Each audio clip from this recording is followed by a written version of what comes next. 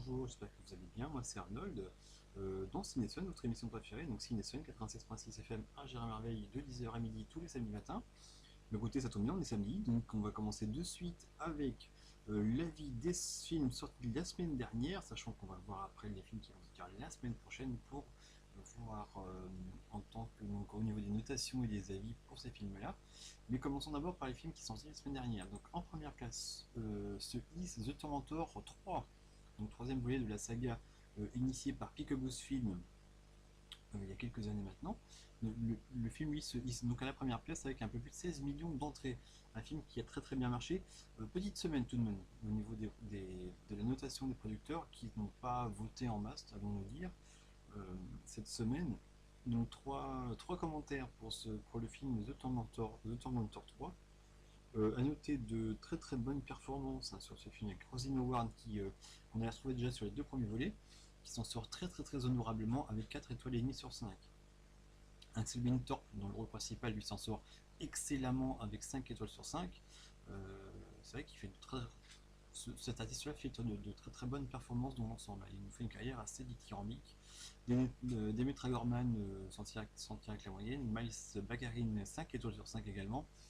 Lisa Foster 3 étoiles et demie, et ainsi qu'une excellente BO d'Adrien Klimek 4 étoiles sur 5. Donc un très bon film, bien accueilli, qui s'en sort vraiment très très bien. Donc logique de le retrouver en première place.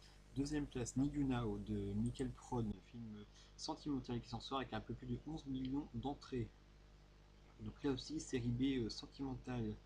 Là aussi, c'est une série B sentimentale réalisée par Rick Flannery qui s'en sort avec 3 étoiles sur 5.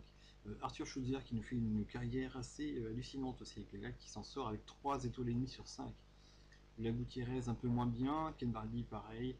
Donc un film plutôt bien accueilli également, plutôt mitigé sur certaines personnes. Mais dans l'ensemble, ça a plutôt bien réussi. Hein. Ça s'est bien suivi, ça a plutôt bien réussi dans l'ensemble.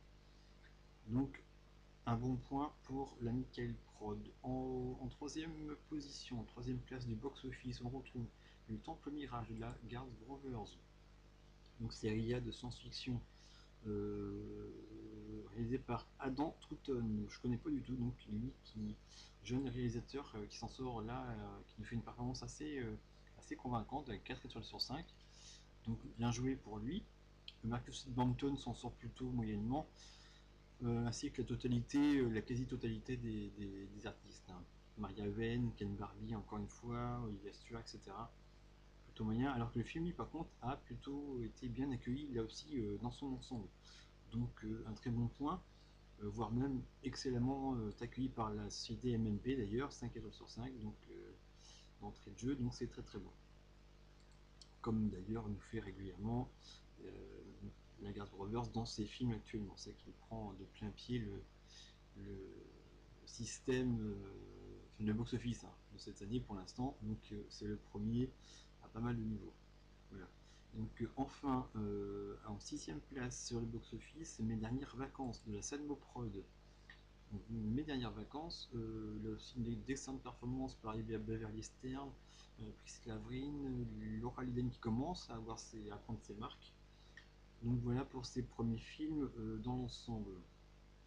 Mes dernières vacances rassemblent lui un peu plus de 2 millions, sachant que le Temple Mirage lui a rassemblé un peu plus de 5 millions d'entrées. Voilà dans l'ensemble pour ces films sortis la semaine dernière. Continuons avec les films qui vont sortir la semaine prochaine.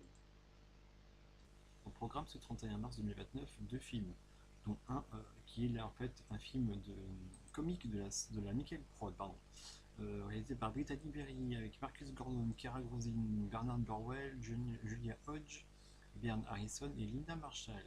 Donc, Forever est un film donc comique.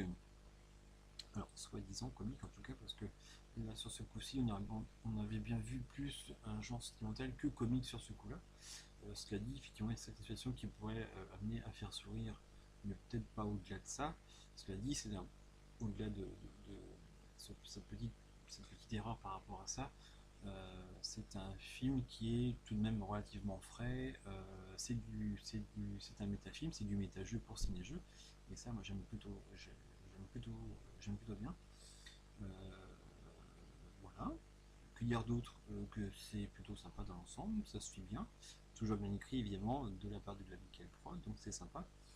Ça casse pas la baraque, mais ça se visionne bien et c'est relativement intéressant en tout cas pour pas s'ennuyer. Donc la moyenne, 3 étoiles sur 5 pour ce film aussi. Passons au second. Alors, Girofilm, semblerait-il, est une nouvelle société de production qui sort son premier film donc cette semaine. Ce film-là se nomme Trouble, en fait une série Z, que je dis pas de bêtises, une série Z dramatique, voilà, qui se prétend un court-métrage réalisé par Elisa Baxter. Alors, ce producteur, en fait, moi, me dit quelque chose. Et je pense qu'effectivement, il faudrait s'adresser aux piliers de cette ville, tels que Morcar Prod, GCP Prod, pour savoir ce qu'ils en pensent. Mais effectivement, il y a une patte qui ne m'est pas moins inconnue par rapport à ce texte-là. Le script est un petit peu court, même s'il se prétend un court métrage, mais trop court pour être totalement immersif. Cela dit, effectivement c'est assez troublant comme texte et c'est empreint d'une certaine qualité euh, dans l'écriture.